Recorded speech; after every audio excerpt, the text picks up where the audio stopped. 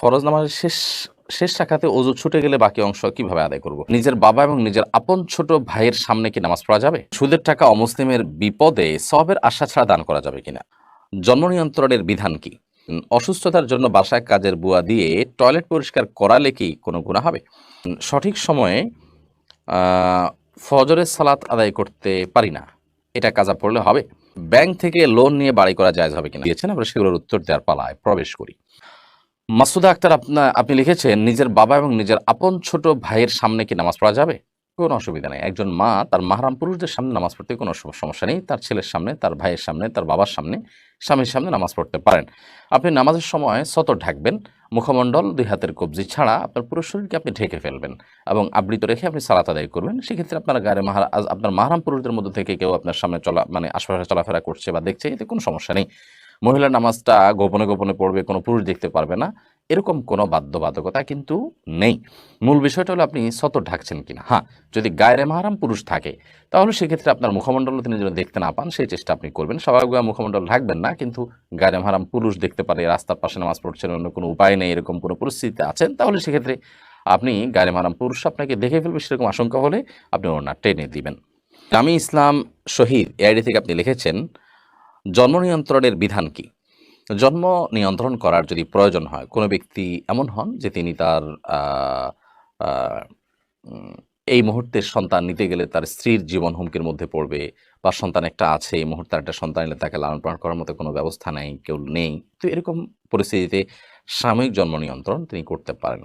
সেই সাময়িক জন্ম নিয়ন্ত্রণটা ২-৪ বছরের জন্য হতে পারে, ১০ বছরের জন্য হতে পারে, আর লম্বা সময়ের জন্য হতে পারে। কিন্তু স্থায়ী জন্ম নিয়ন্ত্রণ করা জায়েজ নাই। আর দ্বিতীয়ত, কি খাওয়াবো? উপার্জন কম, বেতন কম, চাকরি নাই, এই মুহূর্তে সন্তান হলে বিপদে পড়বো, এরকম চিন্তা থেকে জন্ম নিয়ন্ত্রণ করলে সেটাও জায়েজ নেই। কারণ প্রত্যেকটা প্রাণীর রিজিকের দায়িত্ব আল্লাহ তাআলা নিয়েছেন। রিজিকের চিন্তায়, ছোট চিন্তায়, নিচু চিন্তায় জন্ম নিয়ন্ত্রণ করবার সুযোগ ইসলামের শরীয়তের দৃষ্টিকোণ থেকে নাই। এরপর প্রশ্ন করেছেন আসমা সাহা।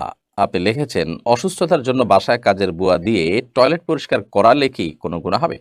কোনো অসুবিধা নেই।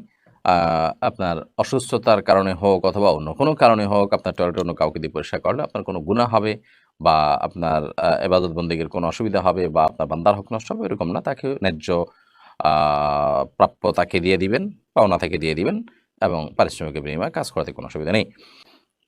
এমডি শফিকুল ইসলাম আপনি লিখেছেন, ফরজ নামাজে আ শেষ রাকাতে ফরজ নামাজের শেষ রাকাতে ওযু ছুটে গেলে বাকি অংশ কিভাবে আদায় করব?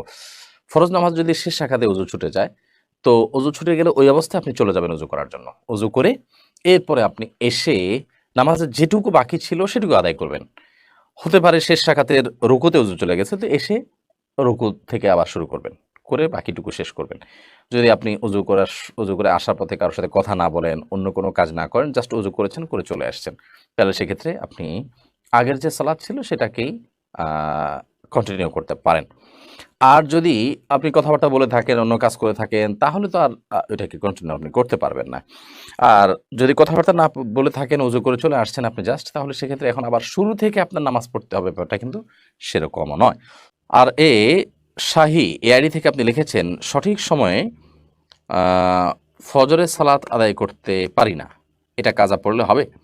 ফজরের সালাত আপনি সঠিক সময়ে আদায় করতে পারেন না। এটা যদি নিয়মিত হয়ে যায় তাহলে সেটা কোনো অবস্থায় গ্রহণযোগ্য নয়। আপনার যদি কোনো জব, কোনো পরিবেশ, কোনো পরিস্থিতির কারণে এরকম হয়, তাহলে সেক্ষেত্রে সেই জব, সেই পরিবেশ, সেই পরিস্থিতি আ সেখান থেকে আপনাকে সরে আসতে হবে। আর যদি সেরকম কিছু না হয়, তাহলে সেক্ষেত্রে আপনার যেটা করতে হবে সেটা হলো যে আ অলসতার কারণে এরকম হলে আপনি অ্যালার্ম দিয়ে শোবেন, যথেষ্ট আগে ঘুমাবেন এবং যাতে করে আপনার সালাত আ নষ্ট না হয় তার জন্য প্রয়োজনীয় সব ব্যবস্থা গ্রহণ করবেন। আপনি আ প্রয়োজনে অ্যালার্মের ব্যবস্থা করে রাখবেন। যারা সালাত আদায় করেন আ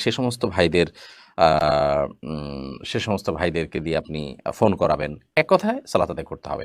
অনেক মানুষ এরকম আছেন যে ফজর নামাজ সকাল ৭টা বা ৮টায় উঠে নিয়মিত তারা আদায় করেন। এটা খুবই গর্হিত, খুবই জঘন্য। কোনো অবস্থাতে গ্রহণযোগ্য নয় যে আপনি ৭টা-৮টা বাজে উঠে ফজর নামাজ পড়বেন বা সূর্য ওঠার পরে সালাত আদায় করবেন, এটা গ্রহণযোগ্য নয়। হ্যাঁ, কখনো এরকম কালে-বদরে হয়ে যেতে পারে যে অ্যালার্ম দিয়েছি বা দিতে ভুলে গেছি, কোনো কারণে মিস হয়ে গেছে। তো এরকম হতে পারে। কিন্তু নিয়মিত হওয়া বা প্রায় হওয়া কোনোভাবে গ্রহণযোগ্য নয়। এবং যদি কখনো মিস হয়ে যায় তাহলে সেক্ষেত্রে যখন আপনি উঠবেন তখন সালাত আদায় করবেন। কারণ হাদিসে বর্ণিত হয়েছে মান নামা আন সালাতিন আও নাসিহা ফালইউসাল্লিহা ইযা যাকারাহা ফাইন্না যালিকা ওয়াক্তুহা। যদি কেউ সালাত আদায় করতে ভুলে যায় অথবা ঘুমের কারণে সালাত মিস হয়ে যায় তাহলে সে যখন ঘুম থেকে উঠবে তখন সালাত আদায় করবে, এটাই তার সালাতের সময়। সাজ্জাদ করিম আপনি লিখেছেন, সুদের টাকা অমুসলিমের বিপদে সওয়াবের আশা ছাড়া দান করা যাবে কিনা? অমুসলিম মানুষকেও আপনি এমনিতে সাধারণত দান, সাহায্য সহযোগিতা করতে পারবেন। কারণ সাহায্য সহযোগিতা করার জন্য মুসলমানই হতে হবে এরকম কোনো বাধ্যকতা কিন্তু নেই।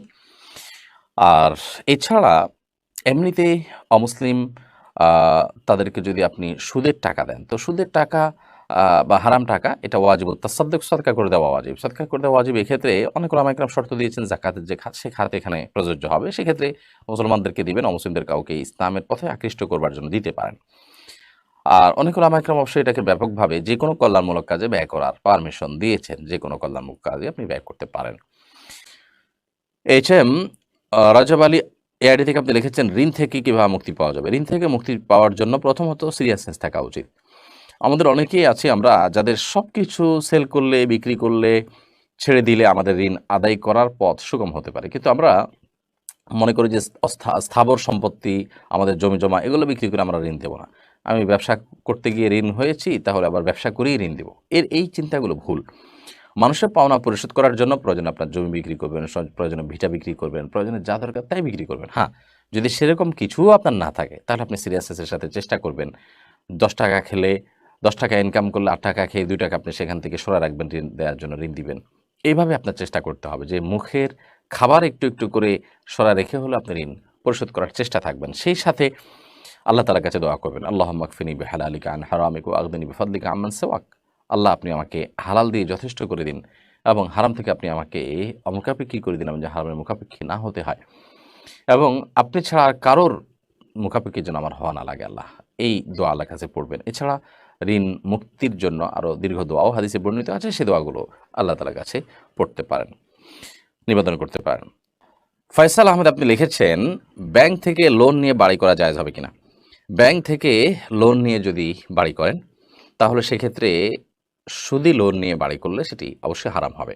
মানুষের বেঁচে থাকার জন্য মাথা গোঁজাবার একটা ঠাঁই থাকার দরকার আছে, কিন্তু হারাম উপার্জন করে কিংবা সুদভিত্তিক লোন নিয়ে বাড়ি করার কোনো প্রয়োজন নেই। একজন ইমানদার সুদকে সর্বতভাবে বর্জন করার চেষ্টা করবেন। সেটি যদি না করেন তাহলে তিনি গুনাহগার হবেন। অতএব শুধু লোন নিয়ে বাড়ি করা জায়েজ নয়। আপনি যদি শরিয়া ভিত্তিক লোন নিতে পারেন তাহলে তার পদ্ধতিটা এমন হতে পারে যে যিনি আপনাকে লোন দিয়েছেন তিনি আল্লাহর জন্য দিয়েছেন, সাধারণত ব্যক্তি পর্যায়ে এটা হতে পারে, অথবা যিনি লোন দিয়েছেন বা যে প্রতিষ্ঠান লোন দিয়েছে তারা আপনাকে বাণিজ্যিকভাবে লাভবান হওয়ার জন্য লোন দিয়েছেন, তাহলে সেক্ষেত্রে তারা আপনাকে আপনার নির্মাণ সামগ্রী কিনে দিবেন, কিনে আপনার কাছে হস্তান্তর করবেন এবং সেক্ষেত্রে তারা অতিরিক্ত দাম ধরবেন, কিনে অতিরিক্ত দাম ধরে আপনার কাছে সেল করবেন এবং সেটা আপনি কিস্তিতে পরিশোধ করবেন। এভাবে জায়েজ হতে পারে। বাট নর্মালি এই প্র্যাকটিসটা ইসলামী ব্যাংকগুলো পর্যন্ত সঠিকভাবে করে না। যদি সঠিকভাবে করতে চায় বা করে তাহলে ইনশাআল্লাহ সেভাবে আপনি লোন নিয়ে বাড়ি করতে পারেন। মুন্নি চৌধুরী ইফতি এআইডি থেকে আপনি লিখেছেন, বিধর্মী বন্ধু-বান্ধবের জন্য কি দোয়া করা যাবে? অন্য ধর্মাবলম্বী মানুষের জন্য অবশ্যই দোয়া করা যাবে, ডেফিনিটলি দোয়া করা যাবে। তাদের জন্য সবচেয়ে বড় এবং যে দোয়াটির প্রয়োজন সেটি হলো তাদের জন্য হেদায়েতের দোয়া করা। আল্লাহ আপনি তাদেরকে হেদায়েত দান করুন, অমুককে তমুককে, আমার বন্ধুকে বান্ধবকে, নাম ধরে ধরে তাদের জন্য আল্লাহ সুবহানাহু ওয়া তাআলার কাছে হেদায়েত কামনা করবেন। আল্লাহ যেন তাদেরকে হেদায়েতের আলো দ্বারা আলোকিত করেন, সে দোয়া করবেন।